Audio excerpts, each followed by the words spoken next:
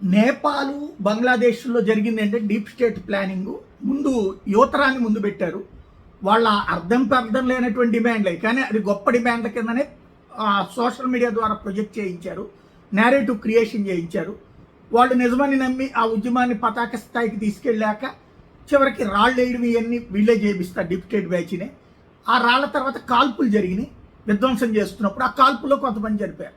ఆ శవాల్ని చూపెట్టి ప్రభుత్వం దిగిపోవాలన్నటువంటి డిమాండ్లు చేసుకొచ్చి చివరికి నేపాల్లో ప్రభుత్వం మారాల్సి వచ్చింది, బంగ్లాదేశ్లో ప్రభుత్వం మారాల్సి వచ్చింది. అట్లాంటిది ఇక్కడ చేస్తామని నెగదిలి చెప్పింది.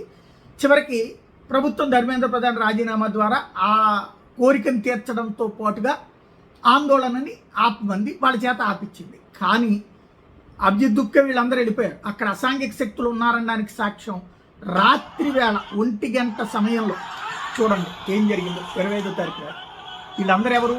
విద్యార్థుల, మనుషుల, పశువుల? వీళ్ళు పోలీసుల మీద వెంటపడి దాడి చేయడం అంటే ఇక్కడేంటి? కాల్పులు జరిపించి చావాలి ఎవడో ఒకడు, వాడు చావడమో ఎవడో ఒకటి చంపడమో జరగాలి.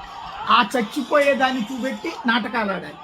ఉద్యమానికి ఇలా అమాయకులు చచ్చిపోతారనినే ఈ దాడులకు పాల్పడ్డటువంటి సందర్భంలో ప్రభుత్వం దిగొచ్చి, కానీ ఇలా ఆగిపోవడం ఇష్టం లేక దాడులు చేశారంటే అర్థం చేసుకోవచ్చు ఏం జరిగిందో.